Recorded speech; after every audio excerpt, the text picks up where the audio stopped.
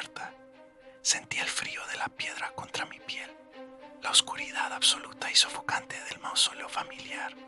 Recuerdo el aroma de las flores marchitas y la tierra húmeda, un último y cruel perfume. Mi mundo se había reducido a los confines forrados de terciopelo de una caja, mis sentidos embotados, mi aliento robado. Me habían llorado, supongo, habían rezado sus oraciones y me habían sellado en el corazón frío y silencioso del cementerio. Debería haber sido el final, un sueño pacífico y sin sobresaltos, pero un terco y doloroso destello de vida se negó a extinguirse. Era una chispa de agonía, un pulso abrasador que se abrió camino de regreso a mis venas.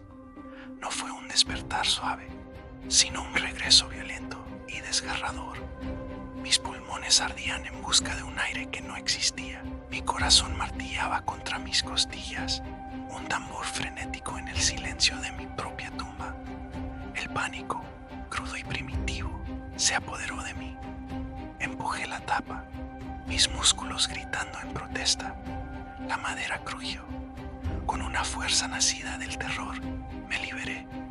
Mis dedos, ya magullados y desgarrados, rasparon contra la piedra áspera mientras buscaba tientas en la negrura. Encontré la pesada puerta de la cripta y empujé con todas mis fuerzas. Cedía con un chirrido estridente y la pálida luz de la luna me inundó, cegándome. Todavía estaba envuelta en mi sudario, una figura fantasmal bajo los cipreses llorones. Mi cuerpo dolía con un frío profundo que no tenía nada que ver con el aire nocturno. Era el frío de la tumba, un escalofrío que se había instalado en lo más profundo de mis huesos. Pero la esperanza, una cosa frágil y desesperada, me impulsó. Tenía que llegar a casa. El pensamiento de mi esposo, Alejandro, de mis hijos, el pequeño Mateo y la dulce Isabel. Era un fuego en mi alma. Imaginé sus rostros, su calidez, sus risas. Estarían de luto, perdidos sin mí. Pero yo estaba volviendo. Yo era un milagro, un testamento a la negativa de la vida a rendirse. Corrí por el pueblo dormido, una visión espectral de blanco, con los pies descalzos, sangrando sobre los adoquines. El mundo que había dejado atrás se sentía ajeno, distante.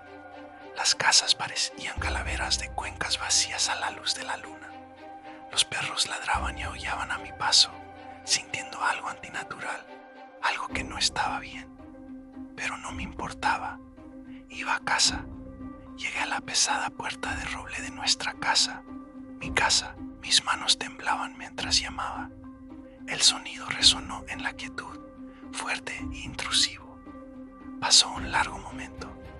Luego, una tenue luz apareció en la ventana y cómo se descorría el cerrojo.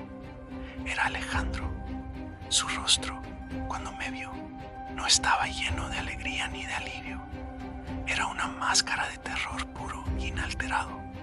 Sus ojos se abrieron de par en par. Su piel se volvió cenicienta. Dejó escapar un grito ahogado y retrocedió, como si hubiera recibido un golpe físico. No, susurró con la voz temblorosa. No puede ser. Alejandro, soy yo, supliqué. Mi propia voz un graznido ronco. Soy Dorotea. Estoy viva. Me acerqué a él, desesperada por el consuelo familiar de su tacto. Pero él retrocedió, protegiéndose con los brazos como si yo fuera una leprosa, un monstruo. La conmoción despertó a los niños. Subieron a lo alto de las escaleras, frotándose los ojos somnolentos. «Papá, ¿qué pasa?», preguntó Mateo. Entonces me vieron. Isabel, mi dulce e intrépida Isabel, chilló y se escondió detrás de su hermano. Este no era el regreso a casa con el que había soñado. Esto era una pesadilla. A sus ojos, yo no era su esposa, su madre, de vuelta de un terrible error. Yo era una aparición, una cosa profana que había salido de la tierra, desafiando a Dios y a la naturaleza. Yo era una perturbación del orden que ya habían comenzado a reconstruir en mi ausencia. Mi retrato, cubierto cubierto con un crespón negro, todavía colgaba en el vestíbulo. Mi ropa había sido guardada.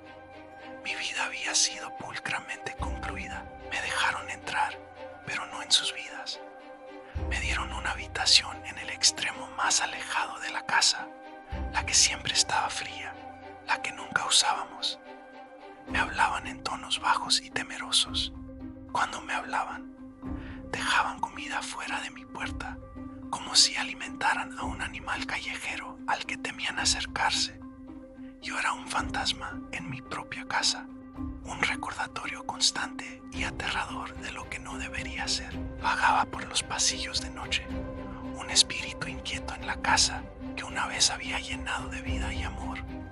Me paraba frente a las puertas de mis hijos, escuchándolos respirar, con el corazón como un peso de plomo en mi pecho. Podía oír a Alejandro caminar de un lado a otro en nuestro dormitorio, la habitación en la que ya no era bienvenida. Sus pasos un ritmo solitario de su tormento.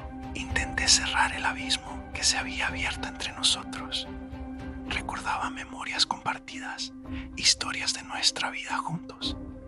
¿Te acuerdas? Empezaba yo, de aquel verano junto al mar.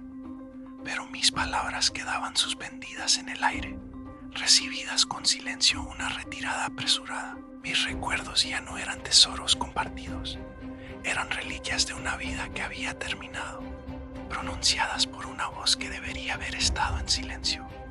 La vida que había luchado tan desesperadamente por recuperar se había ido para siempre. Estaba atrapada entre dos mundos, sin pertenecer a ninguno. No estaba lo suficientemente muerta para la paz de la tumba y no lo suficientemente viva para el calor de los vivos. Las personas que amaban me miraban y solo veían la muerte. Veían la tumba de la que había escapado, el sudario que había llevado. No podían ver a la mujer de dentro, el corazón que se rompía una y otra vez. Llegué a comprender que mi regreso no era un milagro, sino una maldición. Había cruzado una frontera que nunca debió ser cruzada. Al escapar de mi tumba, simplemente había cambiado una prisión por otra. Una prisión de piedra y tierra por una prisión de miedo y alienación. Estaba más sola ahora, rodeada de mi familia, de lo que había estado en la soledad absoluta de la sepultura. Ahora paso mis días junto a la ventana, observando un mundo que sigue adelante sin mí. Veo a mis hijos jugar en el jardín, su risa un sonido hermoso y doloroso. Veo a mi esposo envejecer, su rostro grabado con una tristeza que yo causé simplemente por vivir. Dicen que no se puede volver a casa, pero lo que no te dicen es que a veces el hogar es el único lugar del que nunca puedes irte de verdad, incluso cuando ya no te quiere. Mi único consuelo es el recuerdo desvanecido de esa paz que se me prometió, la quietud silenciosa que me fue robada, la paz de la tumba. Quizás, al final, ese es el único lugar al que perteneceré de verdad.